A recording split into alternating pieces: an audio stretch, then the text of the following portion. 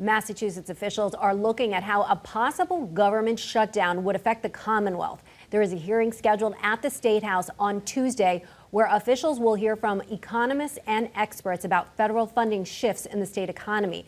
According to a state memorandum, in a shutdown, all non-discretionary federal funds would be discontinued until new funding legislation is signed into law.